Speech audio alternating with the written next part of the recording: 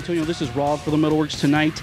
I am at the White Rabbit, and it brings me such esteemed pleasure to welcome metal vocalist, songwriter, and legend. Yes, a man who needs no introduction. I have with me the man, Mr. Philip Anselmo of Superjoint Ritual. How you doing, Phil? What's going on, man? Goddamn, Phil, it's such a great pleasure to have you on the program. After many, many years of working metal scene and shows here in town, but thank you for your time tonight, and welcome to the program. Yeah, I appreciate y'all wanting to speak with me. Definitely. There is so much to talk about with Superjoint, and I'll tell you right now that we are going to stick to Superjoint tonight, because I know you've made public that this is your #1 priority at this time. But for some people out there, there's going to be people tonight who for the first time are saying, wow, you know, this is Phil's new thing. Talk a little bit about how you started Superjoint, aside of all the other things that you do. Well, I've always been driven to do all sorts of music. Mainly music that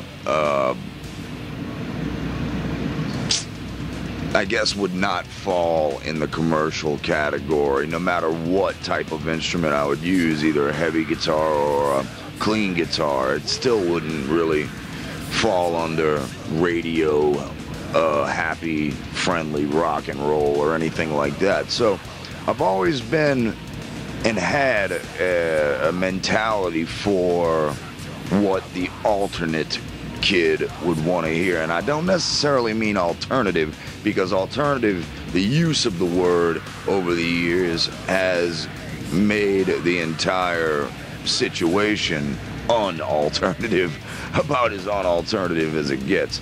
So anyway, Superjoint Ritual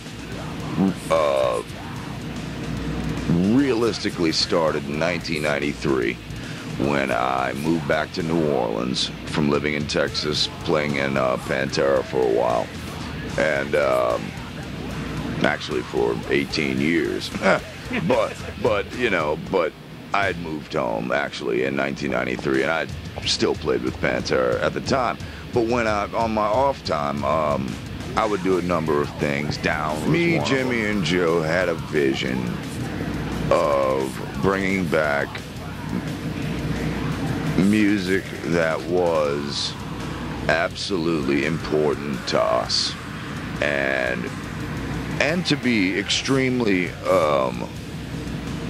selfish about it, you know, make the most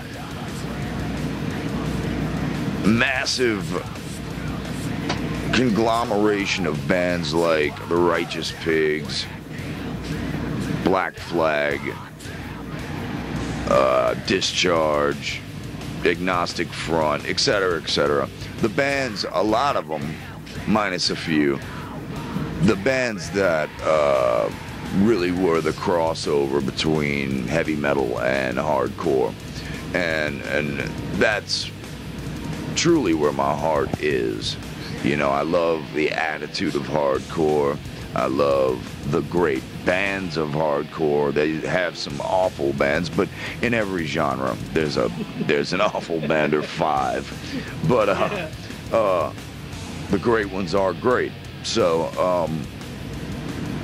with that, it really came out of us really easy. You know, the initial writing and whatnot, and we demoed probably about 4 times.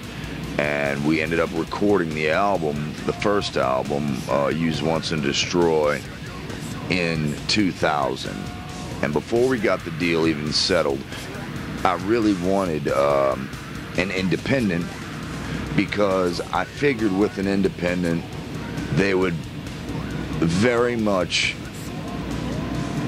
know how to work a record like this than a major label would, or where you fall in the priority scheme of things. You know, I didn't want to be 5th in line or something. I wanted to be a priority. I wanted people to realize, look, this is Philip from Pantera, and he is absolutely not fucking around here. He has got something that is worthy of a lot of praise. And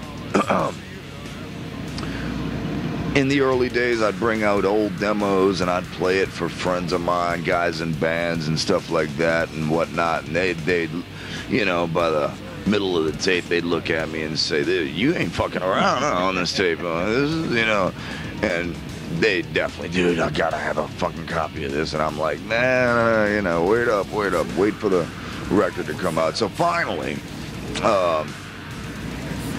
with the timing that I think was perfect, metal being at a complete low standard, metal being a lot of puff and image more than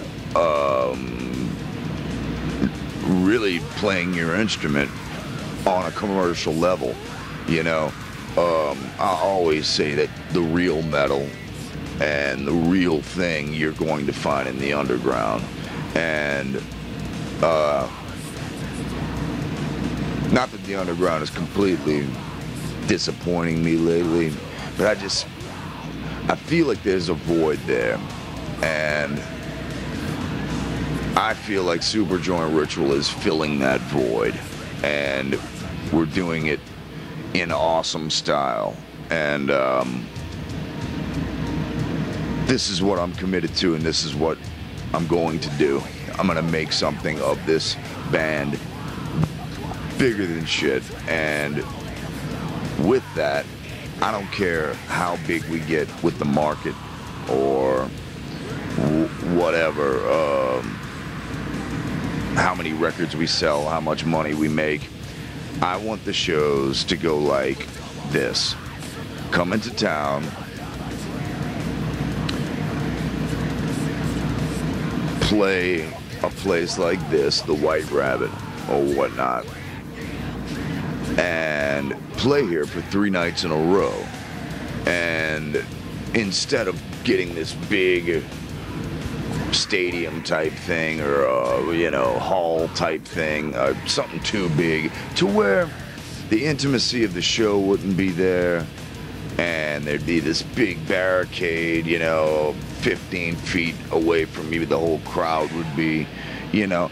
I don't like that. I prefer, and I always have preferred, the club element, the club feel, the intimacy of the club feel. I like the people to have access to the stage. If they want to get up on stage and do stage dives, it's way more safe for them to do it that way instead of having this big space in between them, you know. I think that's where the difference in kids getting hurt and the kids not getting hurt are.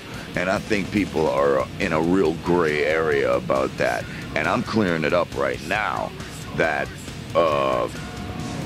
straight up, you know, if you put 15 feet in between a stage and an audience, it's tough for most people to make that jump, you know.